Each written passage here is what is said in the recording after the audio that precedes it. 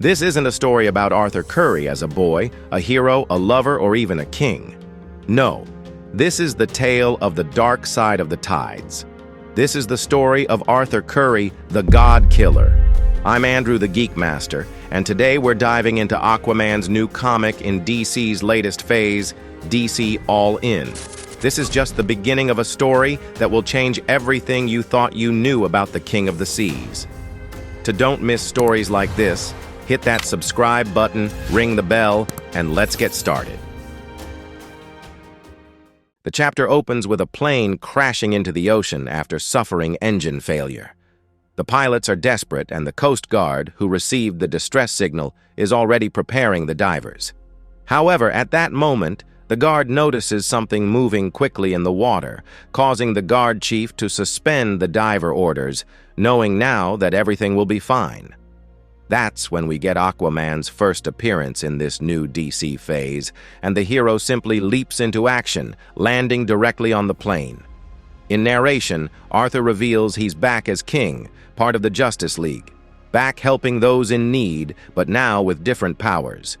Yes, after the conclusion of the Absolute Power Saga, Aquaman gained the power of hydrokinesis from his wife, Mera, and now he can even fly.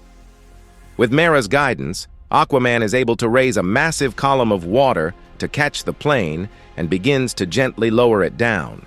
In this way, Aquaman manages to save everyone, even using marine animals, and the couple soon returns to Atlantis, where Arthur is faced with a huge pile of royal duties to attend to.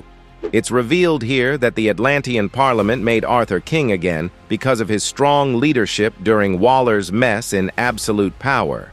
As soon as he arrives in Atlantis, Jackson Hyde requests a moment with the king to inform him that he found a magical pearl during a recent adventure and has a bad feeling about it, although he can't explain why. He tells Arthur that he and Garth will continue investigating and will warn him if they discover anything else. Now Aquaman has to carry out his kingly duties, which he finds somewhat boring. It's the same thing every day. Fights over the state of Atlantis, the ocean, inspecting the troops, giving a word of encouragement, and spending a long time sitting in a chair while listening to nobles discussing things he couldn't care less about. Fortunately for Arthur, he eventually gets a report about a giant monster attacking Daytona Beach in Florida.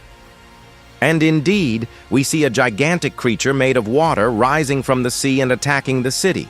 Aquaman manages to reach it before the monster can reach the mainland. He then attacks the creature, but physical force doesn't work, as he simply passes through the creature when trying to hit it. On the other hand, the monster is smart enough to become solid and strike Aquaman hard. One of its blows sends the hero crashing into an elderly couple's apartment, causing Arthur to feel a bit embarrassed after all. It's the King of Atlantis getting beaten by a water monster. Luckily, the Justice League isn't here to see this. Then Aquaman faces the creature again, using his new hydrokinesis powers. As soon as he's hit, he manages to pull the water from inside the monster, twist it, and dissolve the creature, turning it back into ocean water. With that, everything is at peace. Arthur only hears the silence of the ocean, the sound of the fish and the water, until suddenly, he hears Mera urgently calling him. Arthur moves faster than ever toward Atlantis, toward Mera, arriving just in time to see the city vanish in a flash of bright light. Yes, somehow, Arthur's family, Atlantis, everything is gone. And what stands out is that when he investigates the palace ruins, he finds that Pearl Jackson Hyde mentioned completely intact. Desperate, Aquaman heads to the only place that can help at this moment. He arrives at the Justice League watchtower, completely frustrated, asking for Batman. And while Zatanna investigates the pearl, Arthur explains to Bruce and Diana that he was fighting a type of monster when he heard Mera's voice. When he reached Atlantis, he saw a bright light, and then Atlantis disappeared. Everything vanished except for that pearl. After scanning the pearl with her powers, Zatanna determines that the pearl is an ancient source of power. The truth is, Zatanna should know what this pearl is and what it does, but it's as if someone had hidden it from the magical threads. Still, she was able to detect something else with the same magical signature deep in the ocean.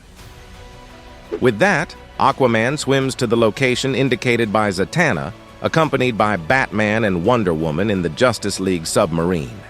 They discover that the object in question is a bow covered in underwater vegetation on a rock outcrop, but the closer they get to the location, the more the pearl begins to glow. Then suddenly, the pearl slips from Aquaman's hands and moves toward the location, opening a portal inside. Arthur feels something on the other side, as if it's calling to him, and even though Batman warns that this could be a trap, Aquaman is willing to take the risk if his family and Atlantis are on the other side. After being encouraged by Wonder Woman, Arthur crosses the portal, which closes immediately, even causing a small explosion. When this happens, Batman and Wonder Woman see that all the vegetation has been burned away, revealing the true form of the bow, Darkseid's Omega symbol. Seeing this, Bruce prays that God helps Arthur, or better yet, helps us all.